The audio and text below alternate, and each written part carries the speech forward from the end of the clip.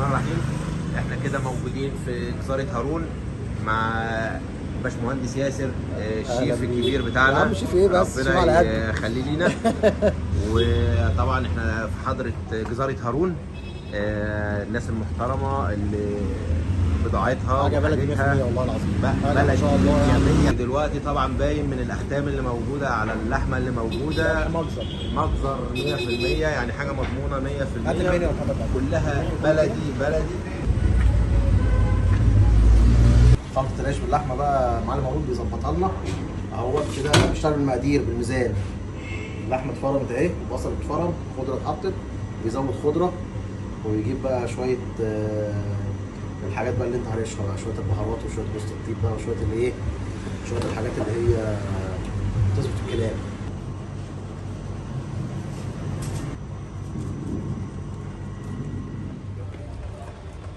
شغل العيش باللحمه العالمي. انا والشيخ حجاز الله يعينك.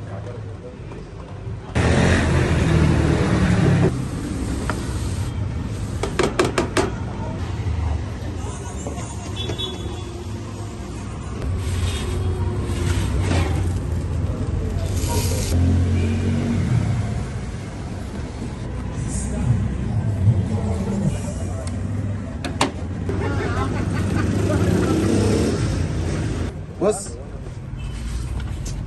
يا عم الاستاذ حماده جعان يا عم، يلا. لا خش بقى في كله بالله عليك يا عم. يا عم يلا ظرف الحاجات دي يا جماعه. مساحه اكل. ها؟ مساحه ضيقه. يا عم ايوه، هات الزيتون الاسود ده جميل. النهارده بس ايه، لخبطه شويه. ها؟ بسم الله الرحمن الرحيم.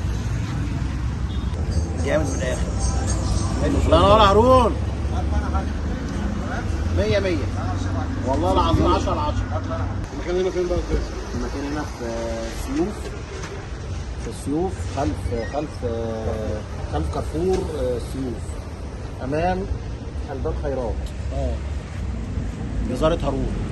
بسم الله.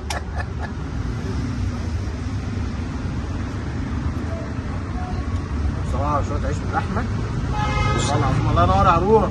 ياسر ده دي عايز تطلع بالجمال ده، عايز بقى ايه مكونات وكده. ها؟ خبرتك في الموضوع.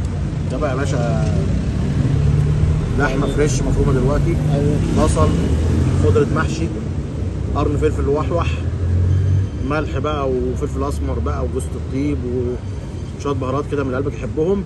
والعجينة دي بقى عجونة بقى باللبن والزبادي ان شاء الله والزبدة. ان شاء الله، يعني البهارات والدنيا حلوه، مش حراق بزياده كده عشان مضيع الطعم. فاهم انت اديته؟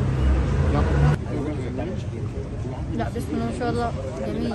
بعد ما عملنا لحمه عيش باللحمه وخلاص نفخنا ووظنا الدايت وخلينا يوم الفري، كده هيبقى 20 يوم بعد كده مش هنعمل حاجه. هيعملنا ورقه لحمه، وبرده ورقه اللحمه دي تبقى نضيفه، هي ما فيهاش الا نشويات، ما فيهاش الا ايه، الا بطاطس بس. واخد بالك؟ ادي بطاطس، عندك لحمه. اللحمه دي منين يا حاج هارون؟ اللحمه دي من الروز بيف او الانتركوت. الانتركوت او الروز بيف. اللحمه دي بتستوي في 10 دقايق. 10 دقايق يا شيخ حماده اللحمه دي بتستوي باذن الله. عندنا هنا طماطم، عندنا هنا بصل، عندنا فلفل، عندنا ملح، فلفل اسمر، عندنا صلصه لزوم الايه، الدلع. تمام كده؟ دي كده مكونات ورقه اللحمه. ودي مكونات ورقه اللحمه. الاستاذ هارون هيشتغل دلوقتي واحنا توكلنا على الله. بسم الله. اول حاجه هناخدنا البصل، ده الملح، رشه ملح ورشه فلفل اسمر. تمام كده البصل مع الفلفل الاسمر والملح. امهاتنا علمونا كده. فلفل الفلفل ومعاهم الطماطم ترانشات برضو، الفلفل الاخضر عند البطاطس.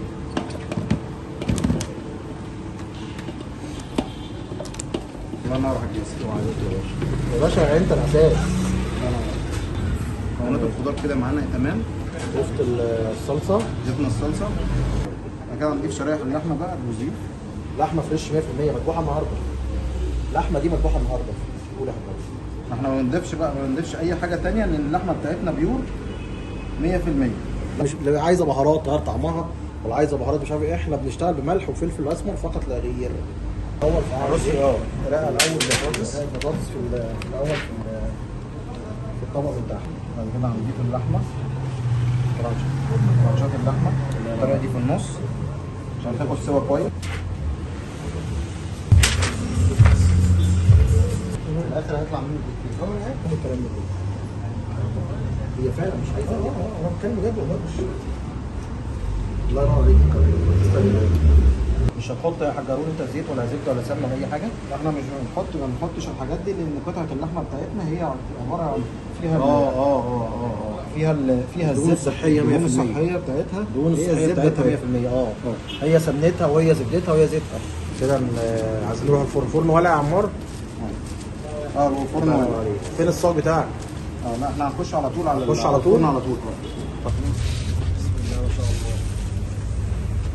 هو ده الكلام. الله ينور عليك. يلا يلا يا حاج حماده. يا سلام. كده بقى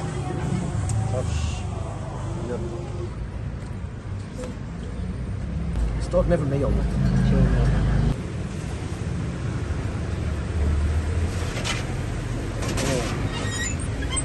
ايه رايك؟ ده حاجه، ها؟ ده حاجه جامده جدا.